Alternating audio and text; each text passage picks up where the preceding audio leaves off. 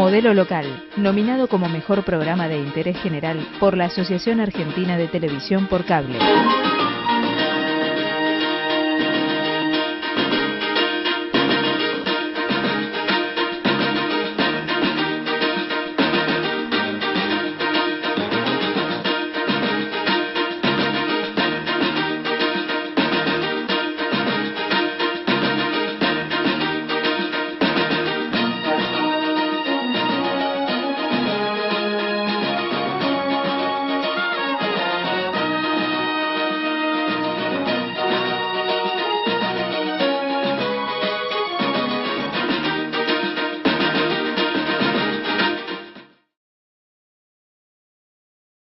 Trato de prometer lo que no sé si voy a cumplir. ¿Qué tiene prioridad? La que tiene prioridad externa, la deuda. ¿Liberación o dependencia? Nosotros vamos a optar por la dependencia.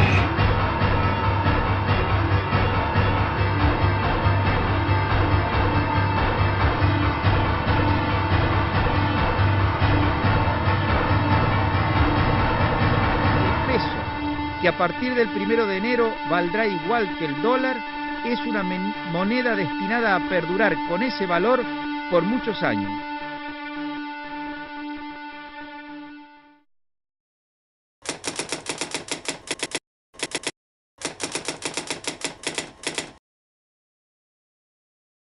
No seamos ni tan ortodoxos ni tan heterodoxos. Busquemos la explicación contraponiendo teorías y la consistencia, que es la preocupación para, digamos, construir una macroeconomía eficiente, eficaz, tal vez para el futuro, ¿no? Porque acá vuelvo a entrar en el tema. 2002, ¿qué pasó? Se devaluó. Salimos de todo. Aumentaron las exportaciones, bajaron las importaciones, ingresaron dólares. El gobierno pudo arreglar sus cuentas fiscales, empezó a tener superávit fiscal. ¿Por qué? Porque el Estado fue más barato con la devaluación.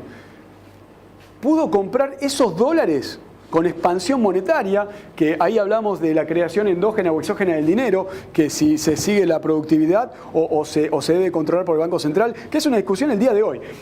Se expandió y eso generó crecimiento económico, pero el gobierno mantuvo el superávit fiscal. Tuvo dos objetivos el gobierno al principio. Reconstituir reservas que a principios del 2002 eran solamente 10.000 millones de dólares.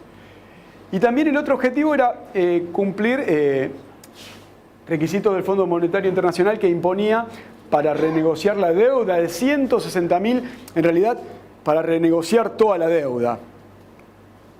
Y los dos requisitos del Fondo Monetario Internacional eran los siguientes. Liberar el tipo de cambio para que nunca salgamos de acá, del extremo. Y que liberar el tipo de cambio, o sea, que el mercado le marque el rumbo al gobierno. Esa es la idea. Y el otro, obviamente, lograr un superávit fiscal positivo de un 4 o un 5% del Producto Bruto. O sea, tampoco el Fondo Monetario pretendía que el Estado crezca tanto. Y hablando de alguna política heterodoxa, que el Estado no crezca tanto, tal vez no se pueden hacer políticas redistributivas.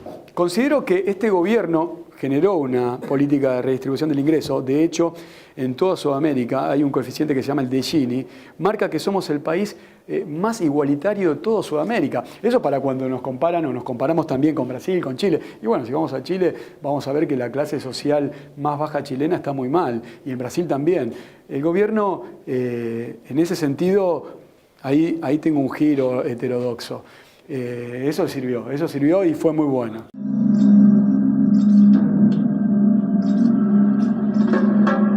O sea que el Fondo Monetario exigía 4% del PBI de toda la actividad económica, exigía como resultado positivo para, digamos, dar el apoyo, el aval y que podamos reestructurar la deuda.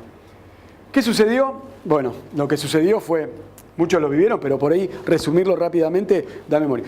Hasta el 2006 pagamos 25.000 millones de dólares de deuda. Cancelamos al Fondo Monetario para no tener que cumplir algunas exigencias.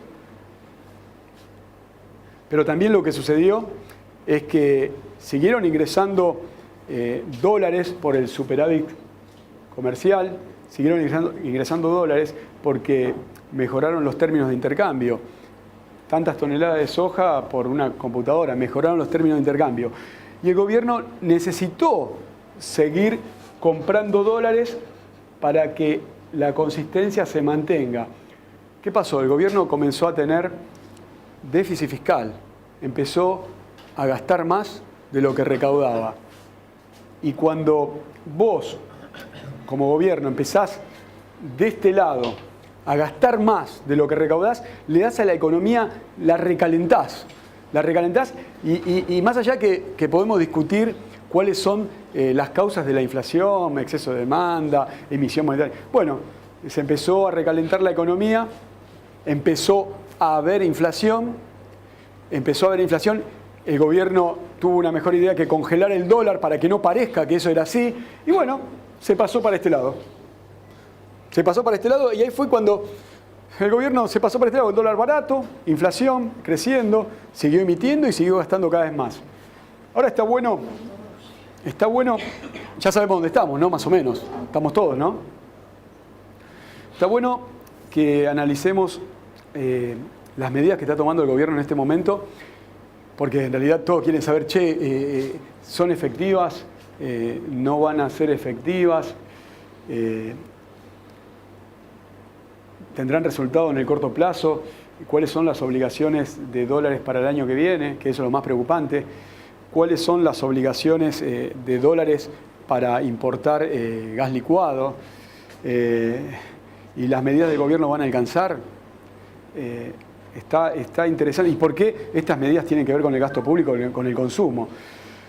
Como les dije antes, en la consultora que dirijo, nuestra preocupación son las pymes. Porque ahora vamos a hacer un pequeño receso para luego terminar de cerrar explicando lo que es la absorción, que es lo que está el gobierno, creo que se está guiando por la absorción para poder que las medidas que tomó ahora calcen en la economía. Vamos a hablar un poquito y ahí podemos debatir un poco más con respecto a la absorción. Pero antes quería, uno de los chicos que está en la consultora, que hay varios acá, la preocupación nuestra son las pymes. Las pymes generan el 70% del empleo y como les decía antes, por ahí el tratamiento es injusto con las pymes porque pagan impuestos, sobre todo con las escalas muy atrasadas, en la misma proporción de una empresa multinacional que tiene mucha más productividad, el 35%. Y bueno, nosotros con la consultora nos pusimos a medir la productividad de las pymes en la región metropolitana norte. ¿Cómo puede ser el índice de crecimiento? Si pueden mejorar y para que ellas mismas vean si pueden mejorar. Esto también, entre nosotros, uno cuando va estudiando o analizando, se quiere, entre contadores a veces, se quiere buscar la explicación de la informalidad de la economía, porque todos saben que tenemos un 40%, un 50% de economía informal, personal en negro, su facturación. Y a veces uno se pregunta, ¿por qué? ¿Y por qué es así? ¿Por qué el gobierno no lo puede combatir, no? Porque si pones el cruce de datos acá, si pones el banco allá, el impuesto al cheque, y no se puede combatir. Entonces, es un tema de análisis también. Y yo tengo una idea, ¿no? Y que tiene que ver con la productividad. Particularmente para mí, por ahí muchos no pensarán igual y a veces también tenemos extremos como lo tenemos en el gráfico ese, la falta de productividad y la falta de mercado para ser tan productivos, el capitalismo se lo cobra en la informalidad. Y a veces en el medio del capitalismo, la competencia y la falta de productividad están los empresarios de la región metropolitana norte, que acá hay un amigo mío que participa en la consultora. Y esa es una realidad. Y a veces muchos empresarios pymes desconocen eso y todas las preocupaciones que desconocer eso genera, ¿no? No es que esté justificando la informalidad, no. Yo lo que quiero es que nuestra industria pyme tenga mayor productividad. Eso es lo que yo quiero. Y que los impuestos no tenga que haber un Estado que tenga una presión fiscal del 40% sobre solo la formalidad y que existe una informalidad. Necesitamos que haya una industria más productiva, con más distribución, con más educación. Sobre todo me parece a mí que el problema, me parece a mí, ¿no? después, que todos los problemas que tenemos son por falta de educación, no solamente la inseguridad que estamos teniendo en estos días, sino también la falta de productividad en las pymes. Pero eso lo podemos debatir. Ahora les quería presentar a Facundo, que les va a explicar un poquito, y después terminamos cerrando viendo lo que es la absorción, que con la absorción vamos a ver las medidas puntuales de este gobierno ahora y vamos a debatir un poquito de que si van a tener efecto o no. Facundo, sí. Mendieta, para todos ustedes.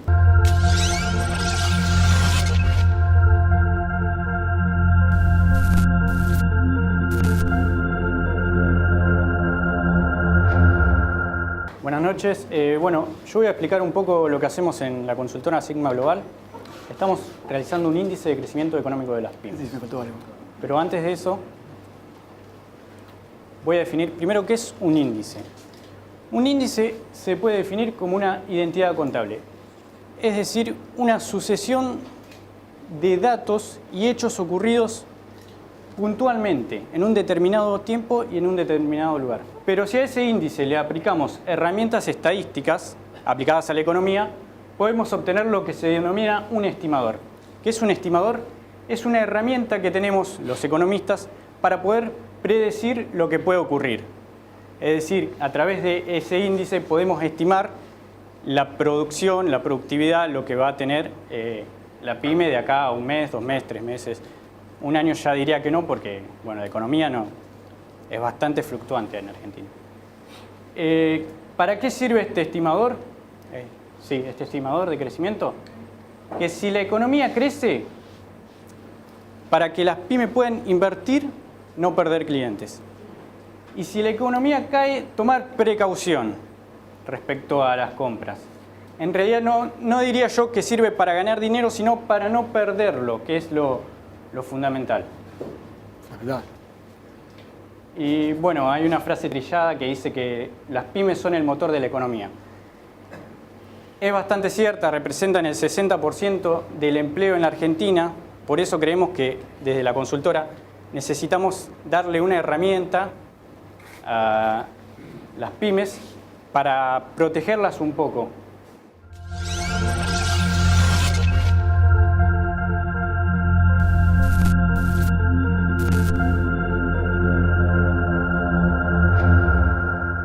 Para analizar un poco lo que es el efecto de la absorción, se llama, lo vamos a tirar, algunos ya lo conocen. ¿Por qué? Porque el gobierno, por lo que veo yo, mi lectura, mi análisis, se agarra de esto, ¿no? Y acá vamos a debatir la ecuación fundamental de la macroeconomía. En teoría tenemos la cuenta corriente negativa, ¿no? Y el consumo, la inversión y el gasto sería la absorción, que la definición, para que todos más o menos se pongan en tema, es cuando la economía no exporta y se toma los bienes para sí misma. Estaríamos en esta situación. Es como que la economía no exporta y los bienes se los toma para sí. Si también despejamos, porque queremos tener una cuenta, analizarlo en base a la cuenta corriente, tenemos que todo lo producido menos la absorción, y ahí tenemos el resultado de la cuenta corriente. Si la cuenta corriente queremos que sea positiva, si estamos acá, tenemos el problema de la absorción, que no estamos exportando, y queremos que la cuenta corriente sea positiva, debe ser mayor lo producido o menor la absorción, para que la cuenta corriente sea positiva. O sea que después de una devaluación, como ponemos de ejemplo para ponernos contemporáneamente en enero, cuando el dólar se fue de 6 a 8, si no queremos que esa devaluación se pase a precios, necesitamos tener la cuenta corriente positiva. Entonces, el efecto para que el ingreso sea superior a la absorción, primero, no miremos esto. Si queremos que esto sea superior, tendríamos que estar, como dicen los economistas, en recesión. Efecto 2001, 2002. Que se devaluó, estábamos en recesión, teníamos capacidad ociosa, entonces la producción levantó más. Hoy no estamos en esa situación, tenemos poca inversión, es muy difícil que la producción aumente más porque tenemos casi pleno empleo. Van a discutir sobre el pleno empleo, pero sí, tenemos pleno empleo. Entonces el gobierno está buscando la caída del consumo y la caída del gasto público. Y esas son las medidas que el gobierno está tomando en este momento.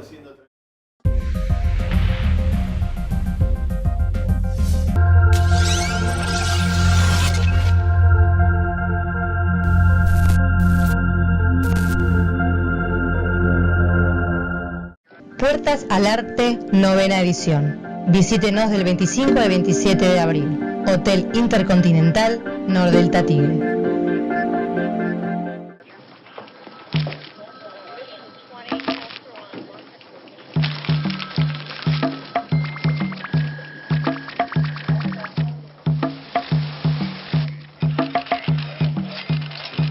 Necesitas actualizarte. Necesitas Catedral.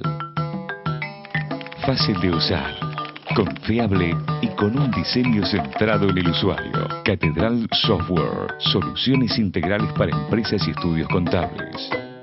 Hay algunos que le ponen nombre a su auto. Por ejemplo, la nave, la naranja mecánica o el perla negra. Y nosotros le pusimos nombre a la manera de tener tu auto. Leasing, de Provincia Leasing. Porque, por ejemplo, cada 1.000 pesos de su valor pagas 19 pesos por mes. Y además se otorgan 24 horas. Acordate, leasing es Provincia Leasing.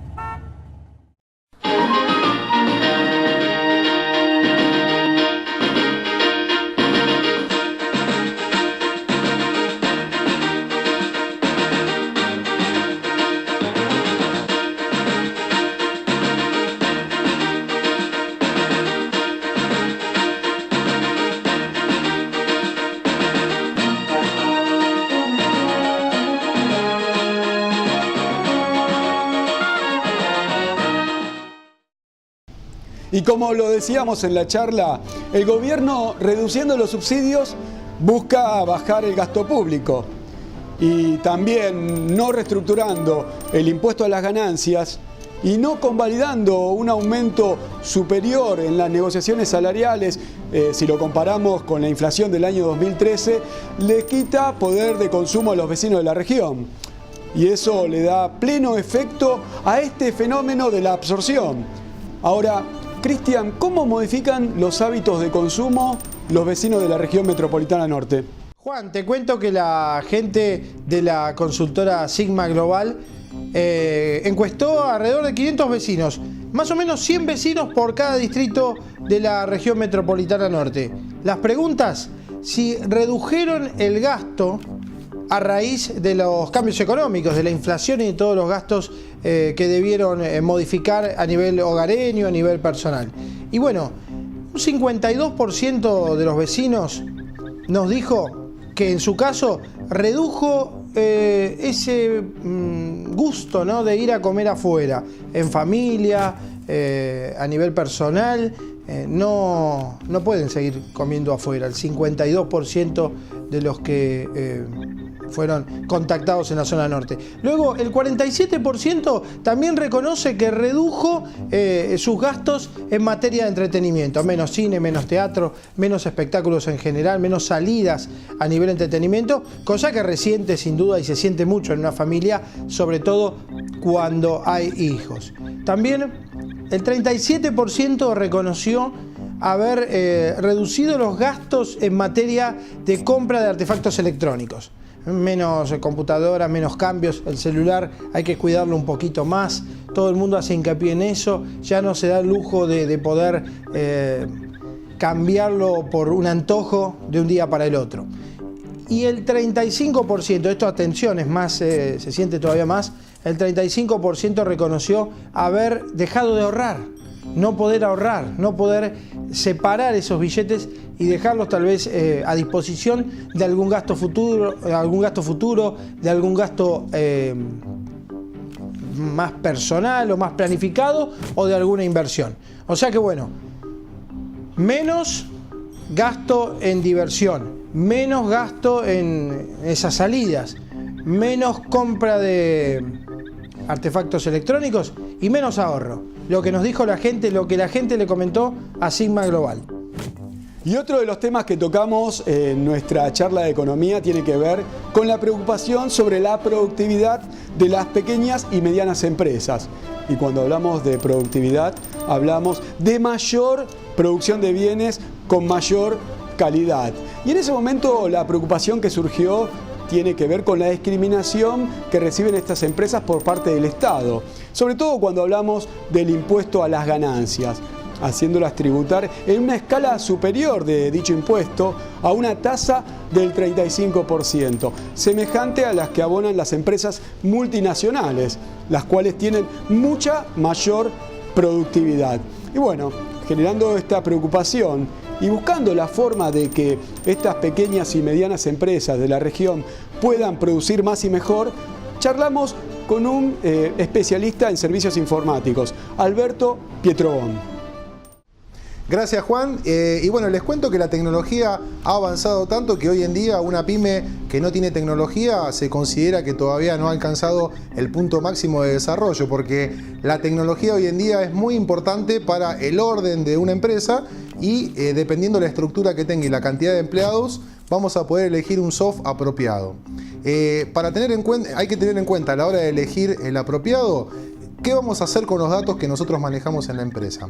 Existen soft que manejan todavía la base de datos en una computadora, en un servidor alojado en la misma empresa, con los riesgos que eso implica.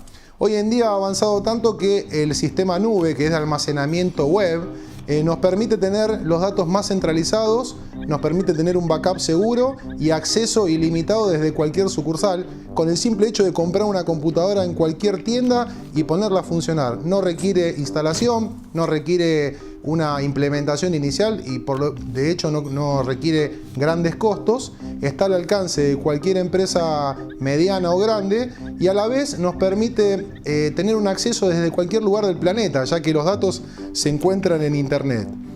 Por un lado tenemos que ver si vamos a elegir un sistema que necesite productividad, lo cual nos va a dar la diferencia entre un sistema complejo o un sistema un poco más avanzado que nos permite ingresar mercadería o materia prima fraccionada y que salga un producto final, lo cual no todos los sistemas lo manejan.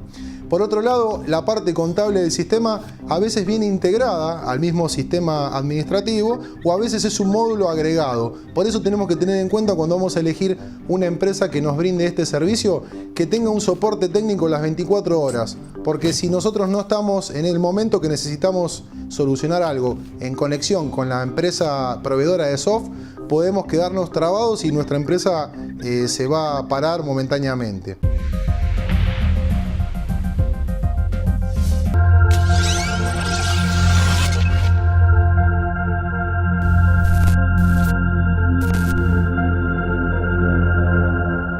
Puertas al Arte, 9ª edición.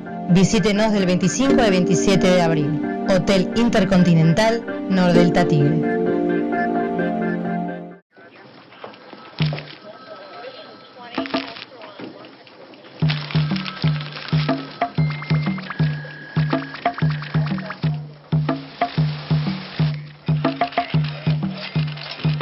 Necesitas actualizarte. Necesitas Catedral. Fácil de usar, confiable y con un diseño centrado en el usuario. Catedral Software, soluciones integrales para empresas y estudios contables. Hay algunos que le ponen nombre a su auto. Por ejemplo, la nave, la naranja mecánica o el perla negra. Y nosotros le pusimos nombre a la manera de tener tu auto. Leasing, de Provincia Leasing. Porque, por ejemplo, cada 1.000 pesos de su valor pagas 19 pesos por mes. Y además se otorgan 24 horas. Acordate, Leasing es Provincia Leasing.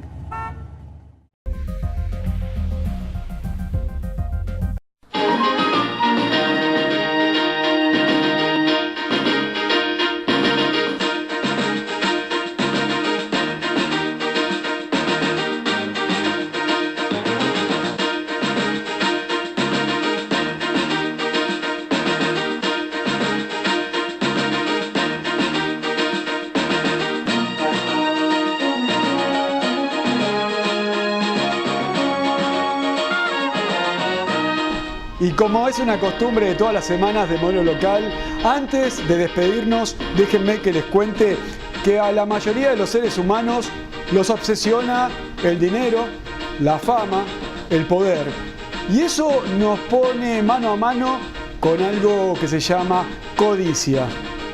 Y mientras suele decirse que codiciar es apetecer vehementemente alguna cosa, podríamos también decir o pensar que es como un vicio, que traspasa tal vez los límites de los excesos.